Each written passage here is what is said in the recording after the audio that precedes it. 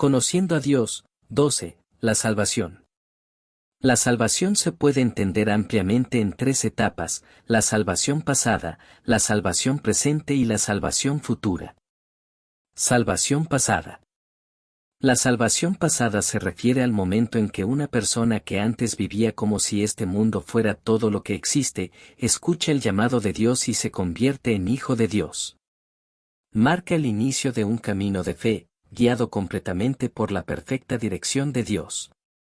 Es un acontecimiento único en la vida, y suele describirse con expresiones como recibir al Espíritu Santo, bautismo en el Espíritu o recibir la gracia de Dios. Esta experiencia de ser salvo no se manifiesta igual en todos. Algunos pueden experimentar dones espirituales como hablar en lenguas, mientras que otros no presentan señales visibles. Pero hay algo que sucede en todos sin excepción: la conciencia del pecado y el reconocimiento de que son pecadores. Por tanto, sépalo bien todo Israel.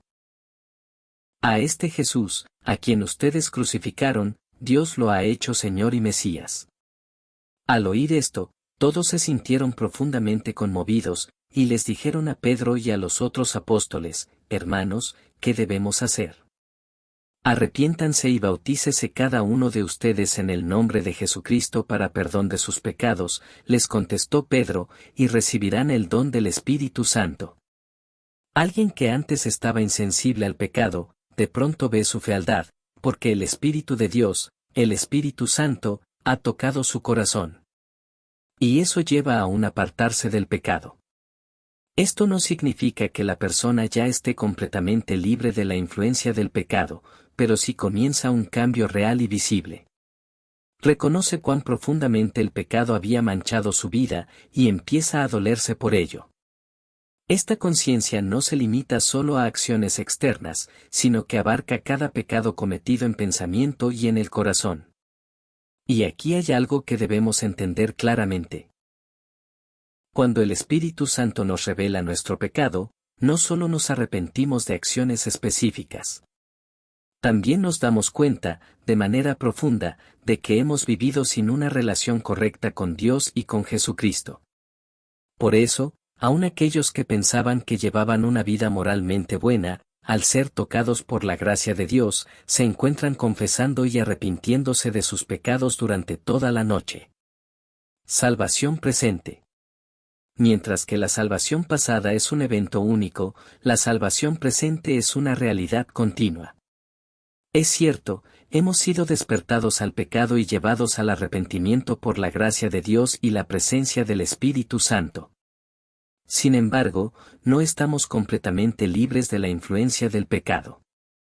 Aunque hemos recibido el estatus de hijos de Dios, todavía arrastramos patrones de nuestra vida pecaminosa anterior. Y ese proceso de romper continuamente con esos patrones es lo que llamamos salvación presente.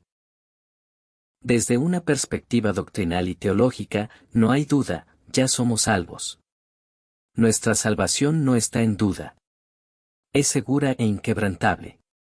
¿Quién nos apartará del amor de Cristo? ¿La tribulación, o la angustia, o la persecución, o el hambre, o la indigencia, o el peligro, o la violencia?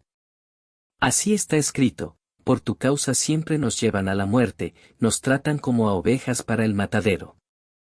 Sin embargo, en todo esto somos más que vencedores por medio de aquel que nos amó.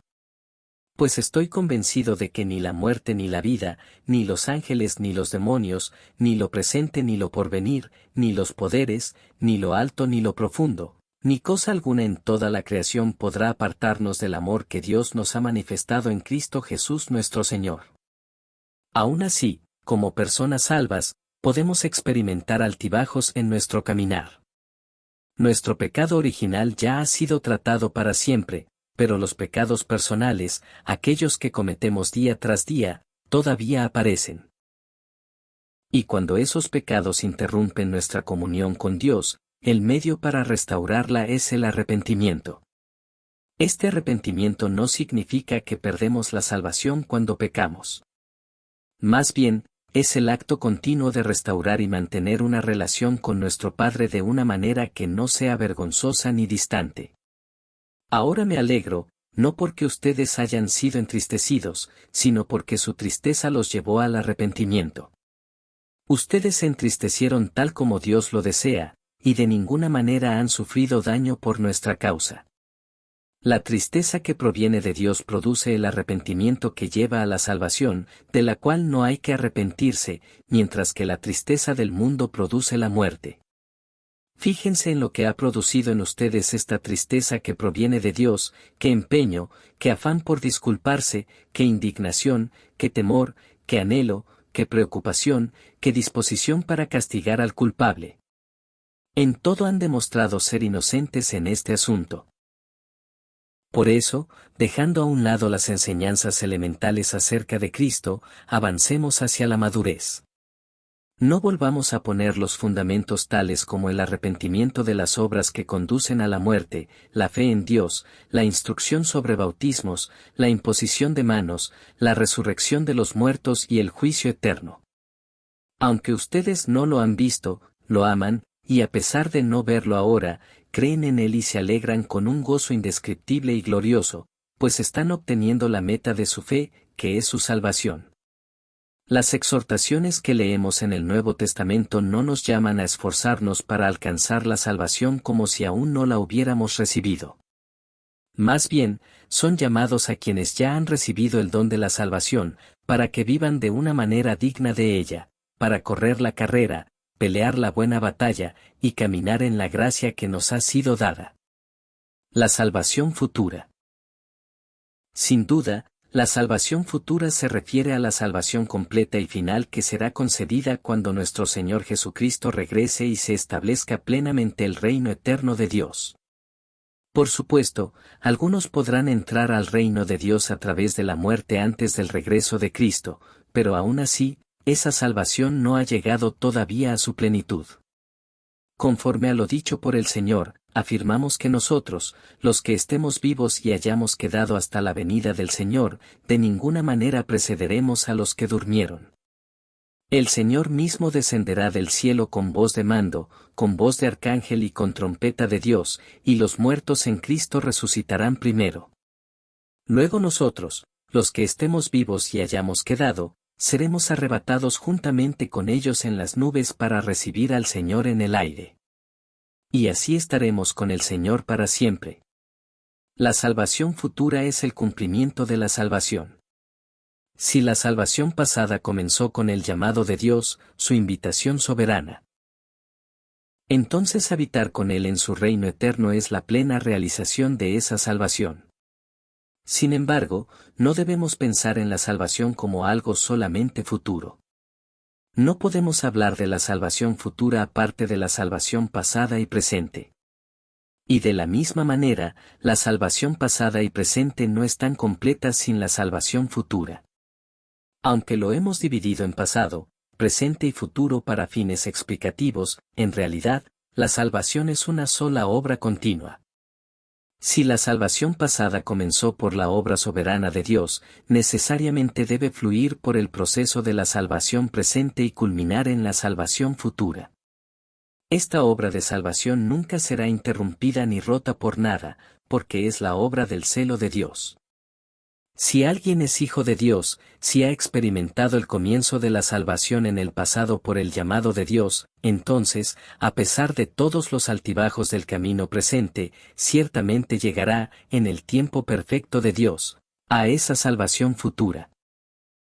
La salvación eterna. Malentendido sobre la salvación. El propósito y dirección últimos de la salvación, tal como se revela en las Escrituras, es la restauración de nuestra relación con Dios Padre.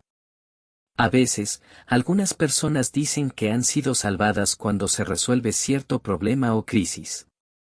Pero esa no es la esencia de la salvación según la Biblia.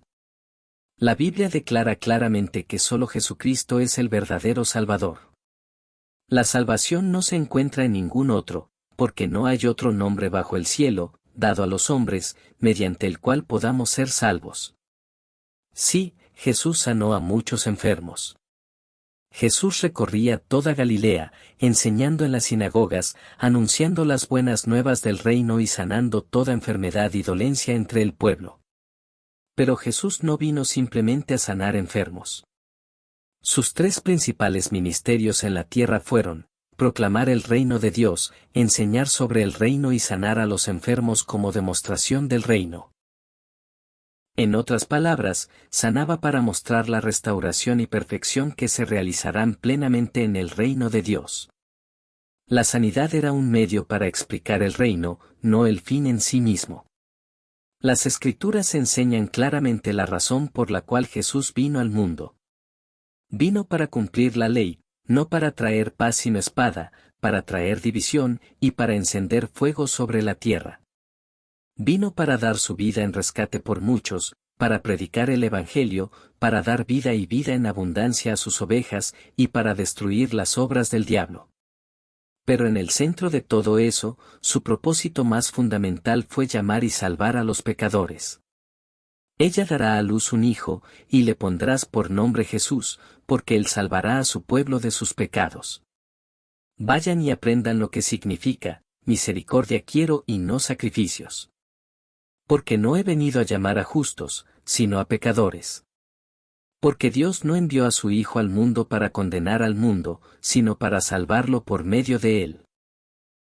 Si alguno oye mis palabras y no las guarda, yo no lo juzgo, porque no he venido a juzgar al mundo, sino a salvarlo. Así es. La salvación de la que habla la Biblia no se trata principalmente de ser librado de circunstancias visibles o externas. Es salvación del pecado, salvación de ser pecadores. Sin duda, por su gran amor, Dios puede traer liberación temporal de enfermedades o problemas. Pero debemos entender claramente que eso no es el propósito último ni la verdadera esencia de la salvación. Si tal ayuda temporal no conduce a la verdadera salvación del alma, no puede llamarse salvación bíblica. No para ser salvos, sino como quienes ya han sido salvados. Los aspectos pasados, presentes y futuros de la salvación son totalmente obra de la voluntad soberana de Dios. Es Dios quien inicia, y es Dios quien completa. Pero muchas veces malentendemos el orden de esta salvación. Muchos cristianos, en su celo por la fe, suponen erróneamente que la meta final de su devoción es alcanzar la salvación. No recibimos la salvación por causa de nuestra devoción. Más bien, porque Dios nos ha dado la gracia de la salvación, porque Él nos ha permitido experimentar ese evento pasado de salvación, vivimos con celo como aquellos que ya han recibido esa gracia. Si nuestros mejores esfuerzos y dedicación están dirigidos a lograr la salvación al final, entonces estamos yendo en una dirección completamente equivocada. Ese tipo de pensamiento traslada el inicio de la salvación de Dios hacia nosotros mismos, y nos lleva inevitablemente al legalismo de los fariseos. Jesucristo, el verdadero y único Salvador, reprendió con fuerza esta actitud de los fariseos. ¡Ay de ustedes, maestros de la ley y fariseos, hipócritas! Limpian el exterior del vaso y del plato, pero por dentro están llenos de avaricia y desenfreno. Fariseo ciego. Limpia primero por dentro el vaso y el plato, y así quedará limpio también por fuera. ¡Ay de ustedes, maestros de la ley y fariseos, hipócritas! Son como sepulcros blanqueados, por fuera lucen hermosos, pero por dentro están llenos de huesos de muertos y de toda clase de impureza. Serpientes. Camada de víboras. ¿Cómo escaparán del juicio del infierno? Dios nos ha salvado. La salvación, algo que jamás podríamos lograr por nosotros mismos, fue cumplida únicamente por el celo de Dios. Jesús, quien es Dios, cargó en la cruz con la pena completa de nuestros pecados. Y por gracia, Dios entregó este sacrificio expiatorio a sus hijos, llamándonos suyos, haciéndonos hijos e hijas salvos de Dios. Y ahora, como aquellos que hemos recibido gratuitamente esta salvación eterna, algo que jamás podremos pagar, debemos correr la carrera, viviendo una vida digna del Evangelio.